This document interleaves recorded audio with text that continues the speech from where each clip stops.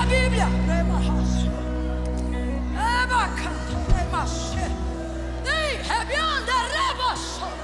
Eu quero que você diga assim comigo: autoridade. Não, falar autoridade desse jeito parece que falou doce. Diga autoridade. Isso, autoridade. Eu estava ali, espírito de oração. Eu dizia: Senhor, me confirma a tua palavra, me confirma o que tu queres fazer nesse momento. E com muita clareza o Espírito Santo disse: autoridade. E eu disse: Senhor. E ele disse: diga ao meu povo que eu estou dando autoridade. Você está desenvolvendo autoridade nesse processo. Você pensa que está fracassando, pensa que está naufragando. Você pensa até que é o seu fim, ou que isso pode vir a ser seu fim. Só que Deus te trouxe hoje aqui para dizer: não, eu estou usando esse processo, porque o que eu vou te dar é... E a autoridade autoridade não é uma coisa que você ganha, a autoridade é uma coisa que você conquista. Você está me ouvindo? Autoridade não é como um dom que você recebe porque pede, não. Autoridade você não ganha, a autoridade você conquista, você desenvolve. E o que é autoridade? Direito de exercer poder. Isso é autoridade, direito de exercer poder. Não estou exercendo poder porque eu quero, senão isso só faria de mim uma pessoa autoritária. Isso não determinaria a minha autoridade. Não suportamos pessoas autoritárias. Por quê? Porque a vida delas é uma incoerência ao que elas ordenam. E se autoridade é direito de exercer poder, tal autoridade só pode ser adquirida se tal poder for vivido. E esse poder, para ser vivido, ele precisa ser experimentado para ser provado como poder. Eu vou te dar um exemplo. O texto diz que quando Jesus ministrou na sinagoga, criou um alvoroço e todo mundo ouvia ele falar. E então, do lado de fora, os que não tinham ouvido ele ministrar começaram a perguntar como é que era que ele pregava, sobre o que ele falava. Afinal, estava tão cheio e tanta gente o seguindo e o amando e reconhecendo que ele tinha poder, né? Então diga aí, o que é que ele fala? E então aqueles que haviam ouvido Jesus ministrar respondiam dizendo: olha, ele fala o que nós já sabemos. O que significa? Olha, ele não está pregando nada que a gente não conhece, ele está usando o texto sagrado, só que ele fala como quem tem autoridade. Era o que respondia. O que estão querendo dizer então sobre Jesus? Estão dizendo: olha, ele fala palavras que nós já conhecemos, só que quando ele fala a gente se sente diferente, porque a palavra na boca dele é verdade. E por que isso vai acontecer com Jesus? Porque Jesus é o verbo vivo que se fez carne. Então, quando ele dizia, por exemplo, ministrando: em verdade vos digo, isso não é um bordão de pregador, isso não é uma gíria, isso é uma realidade. O que ele estava querendo dizer era: sou a verdade que prego e sou a verdade que ordeno, porque eu e essa palavra somos a mesma pessoa. Então é muita autoridade. Jesus ele não recebeu essa autoridade de graça. Por ser o Filho de Deus, isso não eximiu ele de ter que conquistá-la. Você está me ouvindo bem? Pode continuar de pé, já vou deixar você sentar. Ele não eximiu-se. Ele não foi livre. Ele também teve que conquistá-la. Se você observar o momento de assunção, ou seja, quando Jesus começa a subir depois do período de 40 dias andando sobre a terra pós-ressurreição. Presta atenção, quem está comigo diga amém. Se você observar essa fase do ministério de Jesus, você vai perceber que quando ele está indo, de acordo com o relato do apóstolo, vai dizer o seguinte acerca dele: que à medida que ele ia subindo, por entre as nuvens, despojou principados e potestades. Então, aonde havia um demônio que tinha uma área de autoridade, de legalidade aqui na terra, eles começaram a se subordinar diante de Jesus, dando a ele absolutamente tudo que temporariamente estava sobre o domínio deles. E como que isso acontece? E por que que isso acontece? Por causa da morte de cruz. Lá ele pagou o preço, literalmente, pelos nossos pecados, não com grana, mas com sangue. Naquele momento, depois de 33 anos e meio de vida, sendo sujeito às mesmas paixões que qualquer homem, porque ele estava revestido de corruptibilidade humana, seu sangue puro, imaculado, seu coração inocente, em nada lhe foi achado falta alguma, nunca pecou, o pecado não lhe conheceu, mesmo que ele soubesse o que era. Então tudo isso foi um caminho de conquista, quando ele triunfa no Calvário e ressuscita ao terceiro dia, e foi-lhe dado.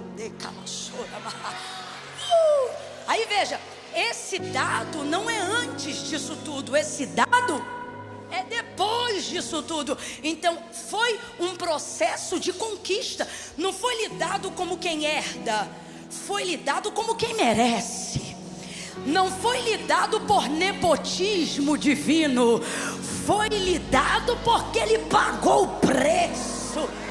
Não teve por usurpação ser igual a Deus e ser Deus, mas antes, que diz o apóstolo na carta aos Romanos, mas antes renunciou qualquer vantagem, renunciou qualquer grandeza de divindade que pudesse colocar ele em um lugar onde fosse fácil conquistar. Não, passou todo o processo, homem de dores, Lucas capítulo de número 4, e foi conduzido pelo Espírito ao deserto. Grita aí para mim, por favor, deserto.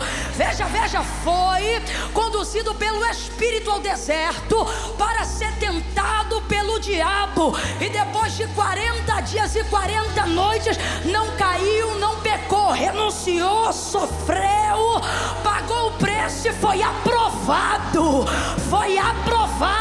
seguiu o ministério santo, puro, limpo, imaculado. Ele não precisava que ninguém desse testemunho dele, porque ele tinha testemunho do próprio Deus, e ele dizia: eu não busco a glória dos homens, eu busco a glória do meu Pai. O que ele está dizendo? O reconhecimento de Deus para mim. Por quê? Porque o reconhecimento dos homens só te dá autoridade diante dos homens, mas o reconhecimento de Deus te dá autoridade sobre tudo que está abaixo do nome do Senhor, e no nome dele você conquista também, você entra também, você é empoderado também, você é cheio de autoridade também. Então eu quero que você coloque isso na sua cabeça: Jesus não foi quem foi, é quem é e para sempre será, porque fez uso do seu direito de hereditariedade de filho. Não, ele renunciou isso para provar para nós que essa unção é legítima, essa autoridade é legítima, e ela pode ser conquistada e deve. Então eu usei o nosso maior exemplo, Jesus Cristo. E aí eu estava ali, o Espírito Santo falou comigo: autoridade. Está vindo uma unção de conquista sobre nós aqui. Por essa palavra eu vou repetir: está vindo uma unção de conquista sobre nós aqui. Como assim, Camila? Ou você vai conquistar, você vai avançar, você vai romper. Ei, eu não organizei essas palavras em ordem para parecer bonitinha, não. Eu estou falando debaixo de uma autoridade profética que nos foi constituída por Deus para esta noite. Então eu vou repetir, não fique apático diante dessa palavra, mas demonstre que ela é para você. Estamos debaixo de uma unção de conquista. Você vai romper, você vai conquistar, você vai tomar posse de territórios físicos e espirituais, porque o Senhor vai te dar autoridade à medida que você avança. Conquiste.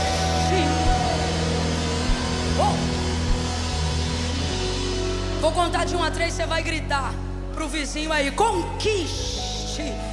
Eu não contei até 3 ainda, e sem ansiedade Jesus te cura. No 3, é 1, é 2, é 3, diga: conquiste. Senta repetindo: autoridade, autoridade, autoridade. Senta, senta. Senta sussurrando, autoridade, autoridade, autoridade, autoridade.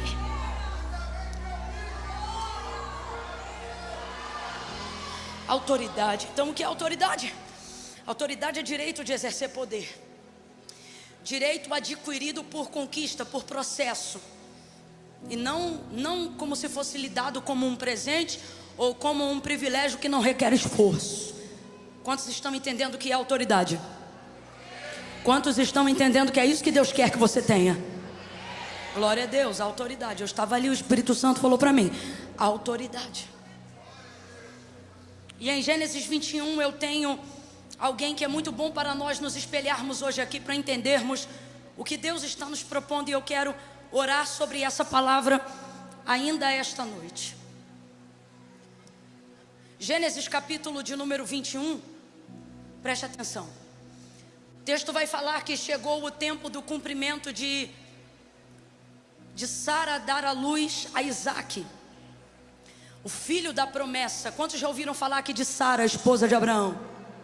Pouca gente. Quantos têm preguiça de levantar a mão?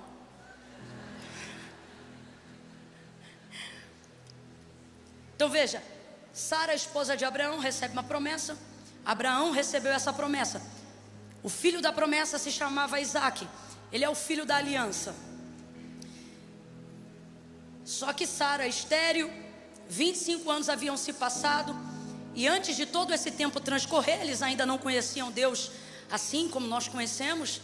Eles ainda estavam caminhando com o Senhor. Eles não tinham a oportunidade de ter todo o currículo de Deus em suas mãos. E então Sara teve uma ideia de colocar Agar na cama de Abraão. E ela disse: olha, deita com a minha serva Agar e dela vai nascer o filho da promessa. Rapaz, isso deu uma confusão tão grande que essa confusão existe até hoje entre Palestina e Israel. E tudo isso foi por causa desse dia, dessa ideia que Sara teve, porque o tempo passava, ela não gerava, e ela teve essa ideia, achou que podia dar uma ajuda para Deus e deu tudo errado. Então Agar passa a gerar esse filho, que é Ismael. Qual é o nome do filho de Agar? Qual era o nome do filho da promessa? Isaque. Então Isaque era o filho de Sara, Ismael o filho de Agar, a serva, a egípcia. Desde que isso aconteceu, criou um ambiente familiar desastroso dentro da casa de Sara e de Abraão. E aí a gente vai perceber que os anos se passavam e esse ambiente não mudava. Em Gênesis 21 você vai ver que Sara agora já é uma mulher realizada. Ela está andando pela casa no dia da festa, que ela fez uma festa, um banquete pelo desmame de Isaque, o filho dela. Só que a alegria dela não é completa, porque ela vê o filho da serva, que ela chama de escrava, porque ela está com tanta raiva, o filho da serva zombando do menino dela. E a verdade é que o problema não é esse. O problema é que Agar não desce na goela de Sara desde o dia em que ela passou a gerar. E ela vem trazendo aquele problema já há muitos anos dentro de casa. E aí quando chega nesse dia, a realização dela não é completa, porque a serva está lá junto com o menino, que é o filho que ela falou para a menina lá deitar com o marido dela. Resumo da história: aquele dia vai ter uma confusão e Sara vai dizer: olha, deita fora esta escrava e o filho desta escrava, porque o filho dela não vai herdar com o meu filho Isaque. Aí o coração de Abraão fica pesado e ele pensa: como é que eu vou botar agora fora esse menino? Eu imagino o coração dele pesado dessa maneira, porque por mais que Isaque fosse o filho da promessa, veio de Ismael o primeiro sentimento de paternidade. A primeira pessoa que disse para Abraão pai não foi Isaque, foi Ismael. Então como é que se rompe isso dessa maneira? O coração dele fica muito pesado, e aí a voz de Deus se manifesta a Abraão. E aí o Senhor vai dizer para Abraão: Abraão, não temas fazer o que Sara, tua mulher, te diz, mas em tudo que ela falou, faz. Ou seja, coloca Agar e o menino para fora. E aí o Abraão vai pegar e vai colocar Agar e o filho dele para fora. Vai dar apenas um odre de água e um pouco de pão. E essa mulher vai sair de madrugada naquela mesma noite. Só que ela não foi fugida. A primeira vez que ela fugiu, Deus mandou ela voltar. Só que dessa vez ela está saindo pela porta da frente. Está muito humilhada, mas está saindo pela porta da frente. Dessa vez ela não está fugindo, ela está sendo despedida. Então assim, o cenário parece desastroso, mas na verdade, na condição dela que era uma serva, como você vê, Sara na hora que está com raiva chama ela de escrava. Então na condição dela, a única maneira de se tornar livre não era fugindo, era se de fato ela fosse o quê? Despedida, mandada embora, alforriada. E foi o que ela conseguiu, e conseguiu isso com o seu filho, apesar desse filho ser filho de Abraão, mesmo não sendo reconhecido pela esposa dele, a Sara. Sai essa mulher numa condição, irmãos, precária, numa condição difícil. Todas as vezes que eu passo os olhos rapidamente por cima desse texto, eu lembro dos dias de hoje e eu penso, rapaz, se isso fosse para a vara de família, Abraão rico do jeito que ele era, ele estava no sanhaço. Porque como é que ele despede na condição que ele tinha uma mulher, sem uma carroça, sem um cavalo, sem um servo, sem um nada, dá para ela só um pouco de água, um pedaço de pão e manda ele embora. E vai-se embora. Então essa mulher sai no meio da noite, sozinha, no meio de um breu e começa a caminhar sem direção.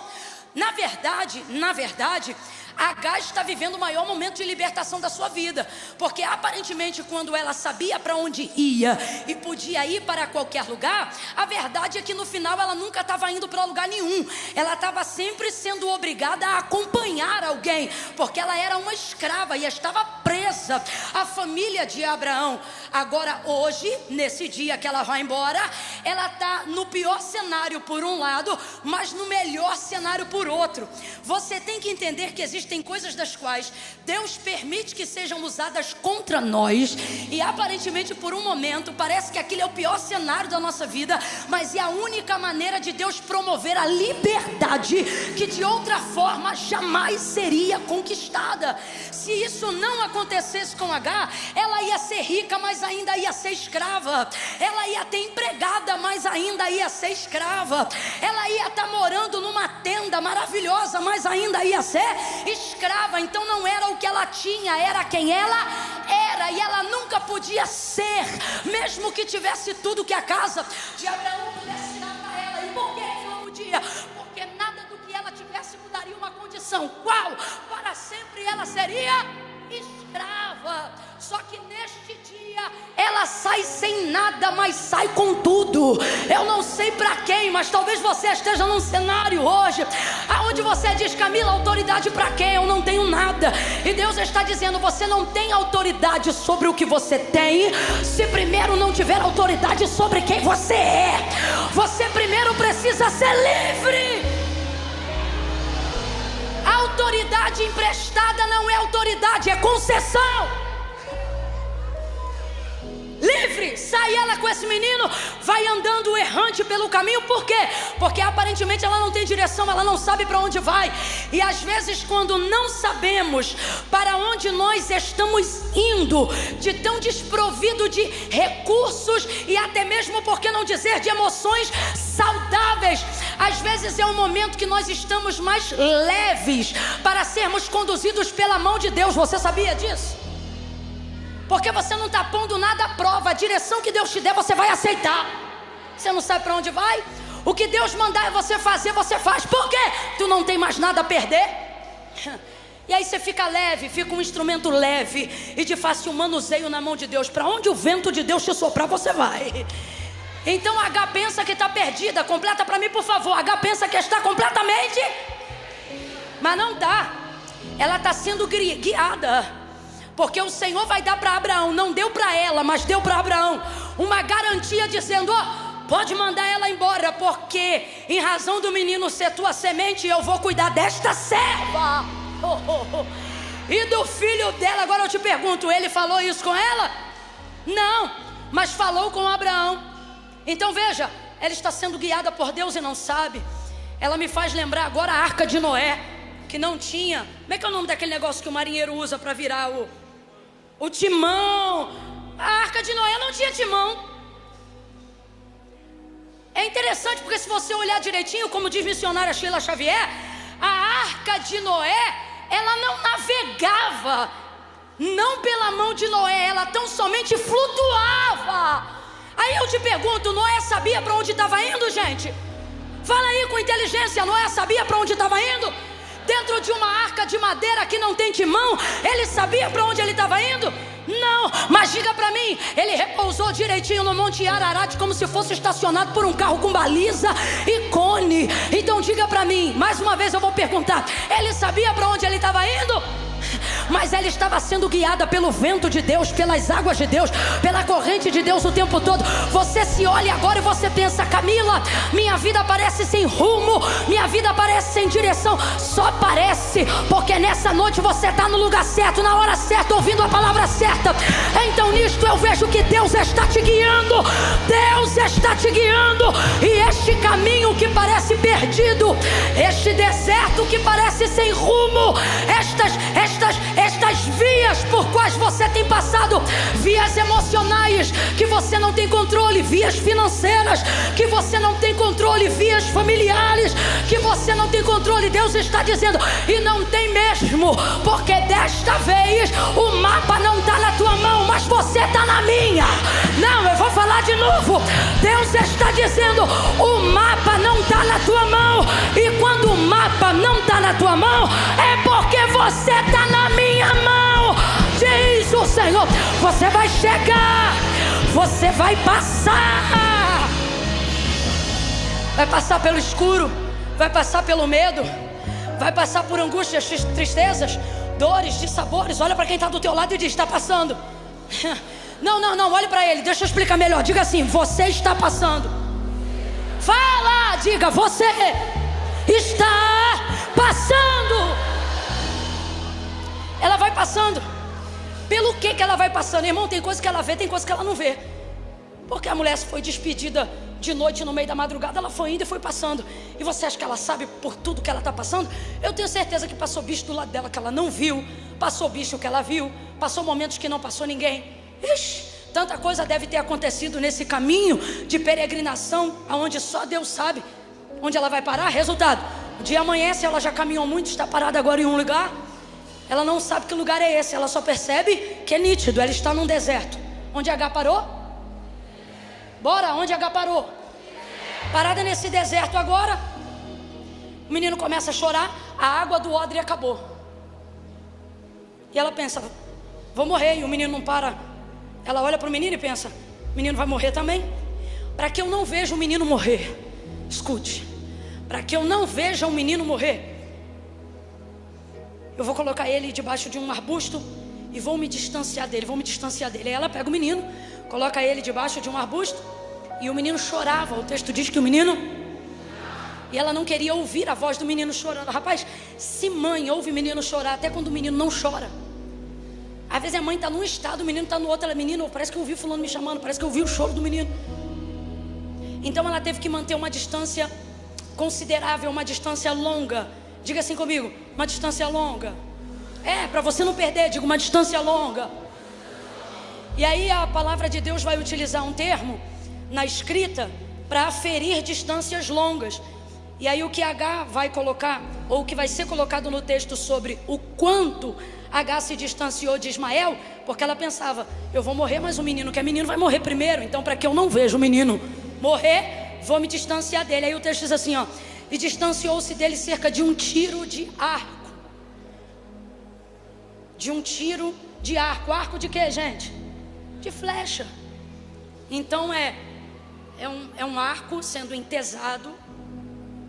Puxa, e o mais apertado que você consegue puxar, solta.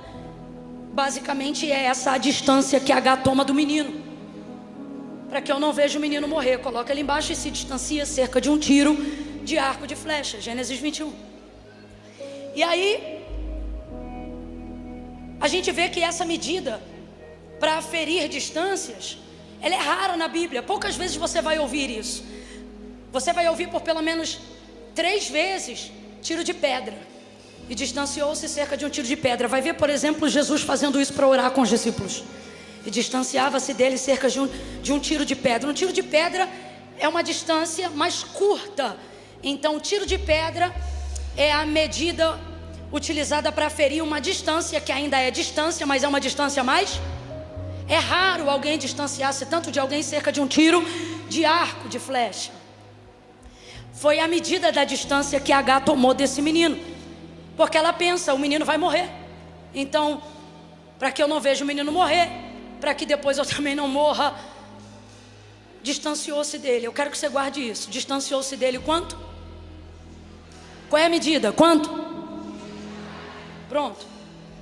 H está nesse momento do deserto pensando, estou desesperada, vou morrer. Só que ela está passando por esse deserto. E quando você está passando, por mais que você esteja passando, o fato de ser um deserto, o fato de carregar consigo aqui atrás uma história de abandono, de rejeição, você desenvolve a certeza de que vai morrer. Só que H não morre nem o menino. Aí o versículo 20 do capítulo 21 vai encerrar esse momento que eu estou pregando para vocês, dizendo assim: olha, Deus estava com o rapaz que cresceu e habitando no deserto. Ele se tornou o que, gente?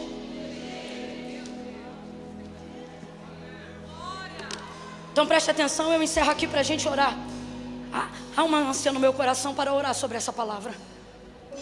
A medida que ela usou para aferir o que ela jurava que ia ser o quê? A morte. Foi a especialidade.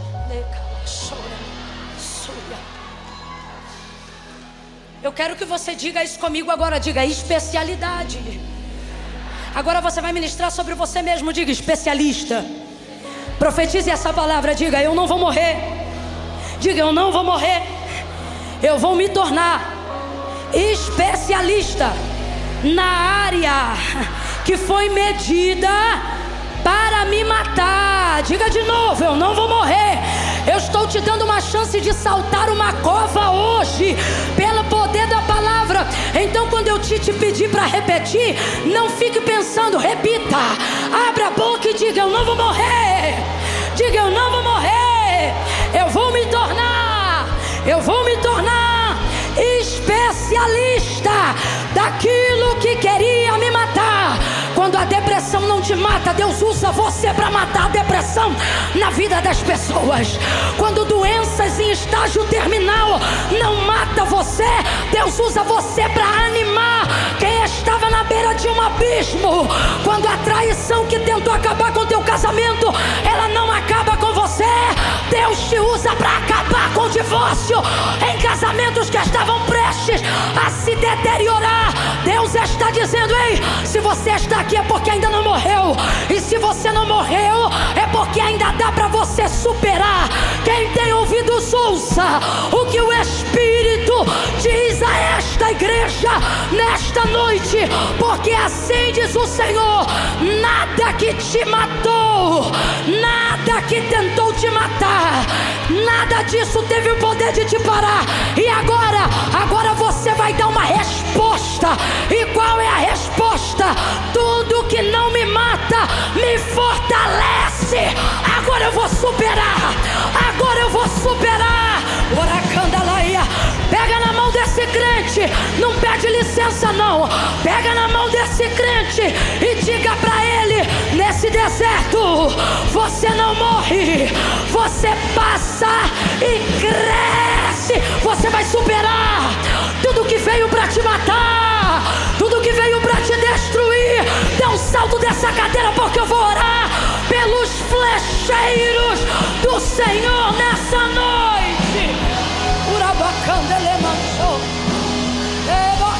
Dá teu grito de vitória.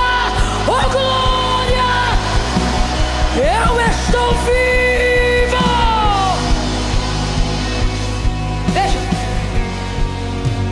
me ouça com atenção para que possamos orar debaixo dessa palavra. Me ouça.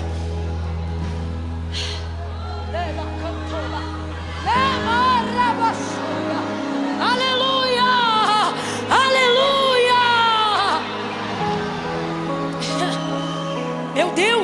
Meu Deus.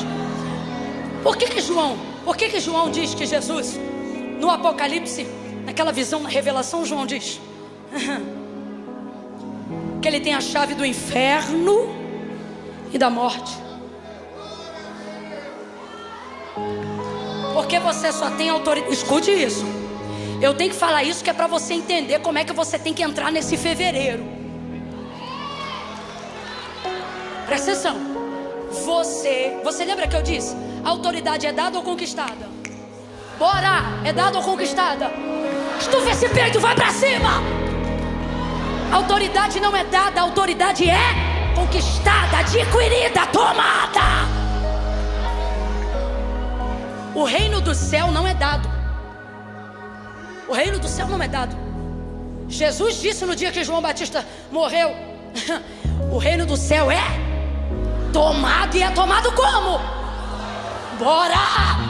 Esse comportamento de culto via osmose me irrita. Por isso que entra, sai e não muda nada. Porque tá tudo aqui, mas você não pega, você não toma. Tem que ir pra cima.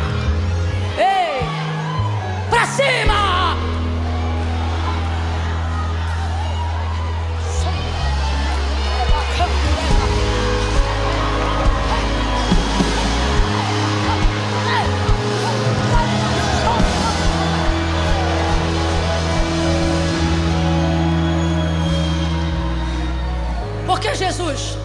Porque Jesus desdenha da morte, no sentido de para ele quem morre é como quem dorme, porque para ele a morte e o sono é a mesma coisa. Quem está me ouvindo aí, diga amém. O que dá a ele autoridade para esse comportamento? Ora, era sexta-feira e nesse dia ele morreu. Quem lembra aí que Jesus morreu? Lembra não? Morreu mesmo. Morreu. Sexta-feira Jesus morreu. Sábado, morto. Domingo de manhã bem cedinho,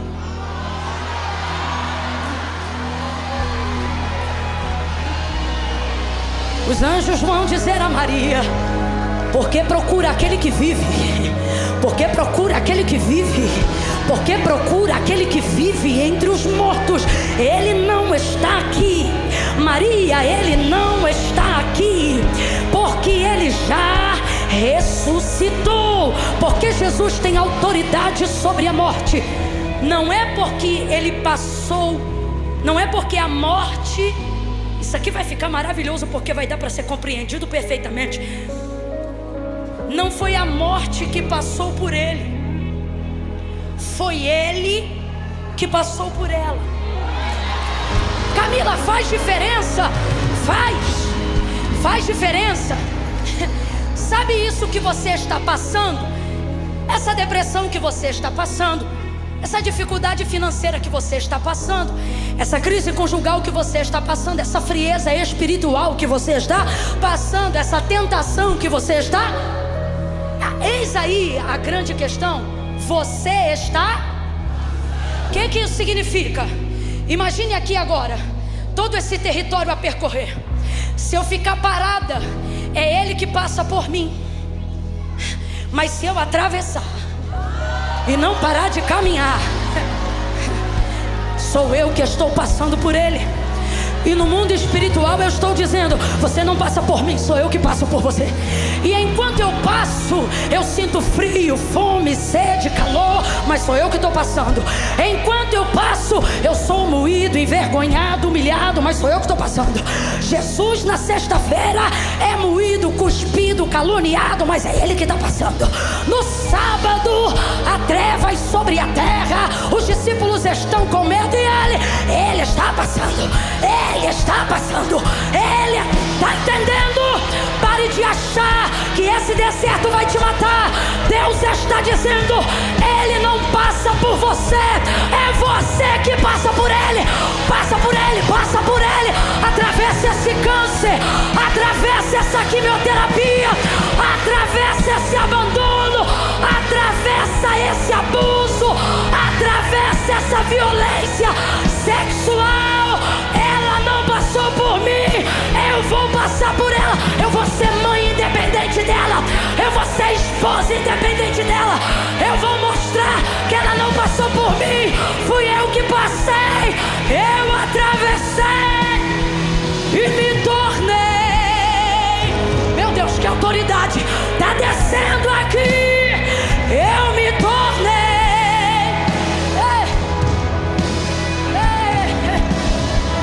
Eu me tornei.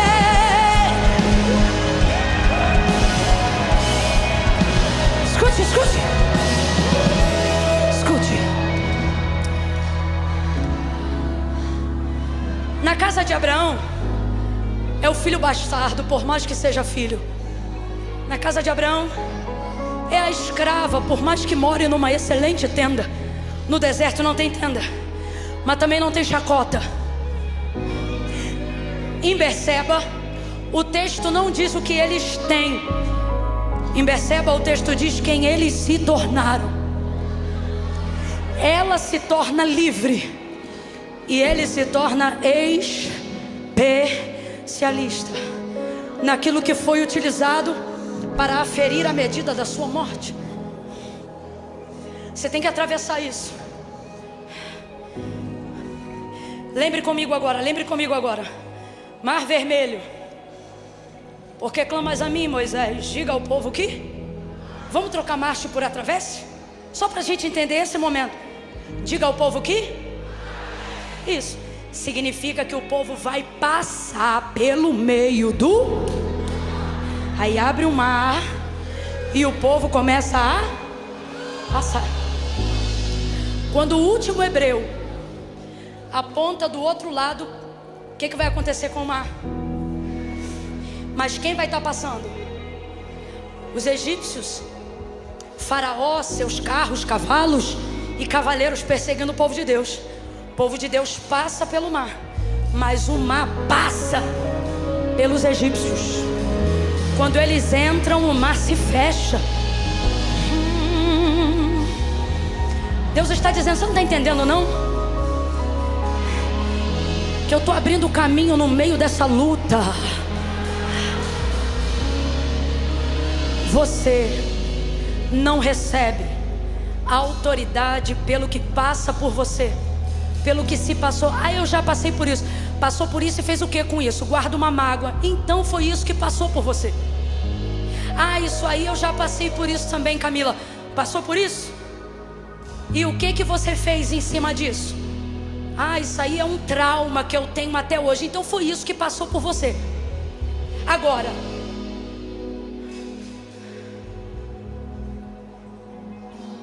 você se tornou uma autoridade nessa área que um dia você foi esmagado. Pobre de Maré Desci, família desacreditada, hoje é um empresário. A pobreza não passou por você, foi você que passou pela pobreza. Você se tornou alguma coisa. Família disfuncional, deu tudo errado, mas hoje você construiu a sua. Então não foi a família disfuncional que passou por você, foi você que passou por ela e se tornou alguém de família. Eu quero que você entenda isso. Você tem que sair daqui hoje dizendo: estou passando pelo que eu estou passando. Não é para eu morrer, é para eu ter autoridade. Porque quando eu falar disso aqui, vai ter manifestação de poder. Porque eu não estou falando do que eu ouvi, eu estou falando do que eu venci. Eu quero orar por você que está passando por uma situação que até o dia de hoje você pensou: eu não vou aguentar. Só que Deus te trouxe hoje aqui para dizer: você vai passar. E o que era usado para medir sua morte vai se tornar a sua área de especialização, de sucesso, de triunfo. Se tem alguém aqui assim, levante a mão agora. Mão direita para o céu. Mão direita para o céu. Mão direita para o céu. Você vai fechar os olhos e vai abrir a boca. Não vai olhar nem para a direita nem para a esquerda. Fecha os olhos, abre a boca. E você vai começar a rogar ao Senhor: Senhor, a área da minha vida que está me esmagando, que está difícil, é essa, é a finança, ou é a família, ou é a vida espiritual. Escolha uma coisa. Eu estou te dando uma direção. Receba a autoridade em cada área, uma de cada vez. Escolha uma área para conquistar agora. Agora, vai. Se é maternidade, diga: Senhor, eu preciso conquistar meu filho. Se é na empresa e nos negócios, Senhor, eu preciso conquistar autoridade financeira, empresarial. Me dá governo na área dos negócios. Se é espiritual, Senhor, eu preciso vencer minhas batalhas espirituais, minhas batalhas. Apresente uma coisa. Eu estou dando aqui opções, mas eu quero que você pegue aquela que está te desafiando, a que faz você pensar em desistir. Coloque ela agora em oração. Vamos embora, não abaixe essa mão não. Não abaixe essa mão não. Não abaixe essa mão não.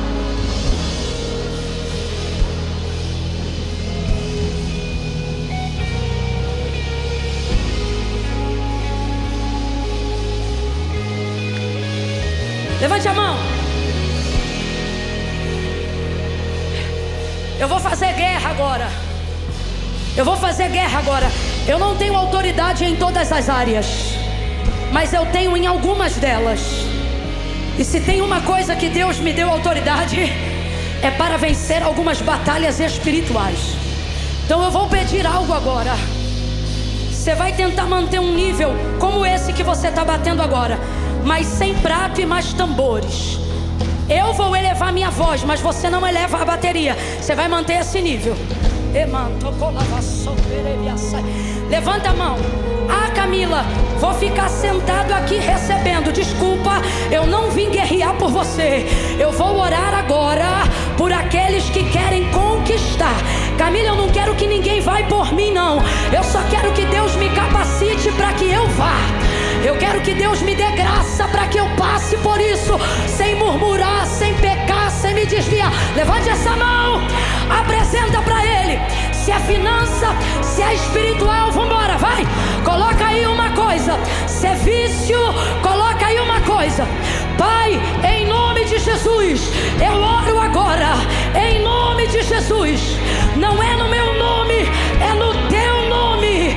E em nome de Jesus, aqui ou em casa, aquelas pessoas que se puseram de pé agora mesmo, aquelas que levantaram as mãos agora mesmo, empodera elas de uma unção poderosa para desatar julgos de cadeados e de fortalezas do império da maldade, do alto da cabeça até a planta dos pés, em nome de Jesus, em nome de Jesus.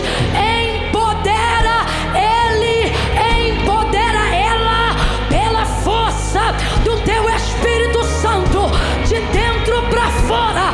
Eu não sei qual é o deserto, se é financeiro, se é espiritual, se é familiar, se é emocional, mas cuida dele como tu cuidou de Agar, cuida dele como tu cuidou de Ismael, e faça ele neste tempo, neste ano ainda, se tornar a autoridade nessa área que quis humilhá-lo, a autoridade nessa área que quis deprimi-la, a autoridade nessa área que quis destruí-lo. O sangue de Jesus tem poder, dá autoridade ao teu povo, unção de conquista ao teu povo, para que demônios sejam repreendidos, enfermidades sejam repreendidas, curas sejam liberadas, e um renovo, um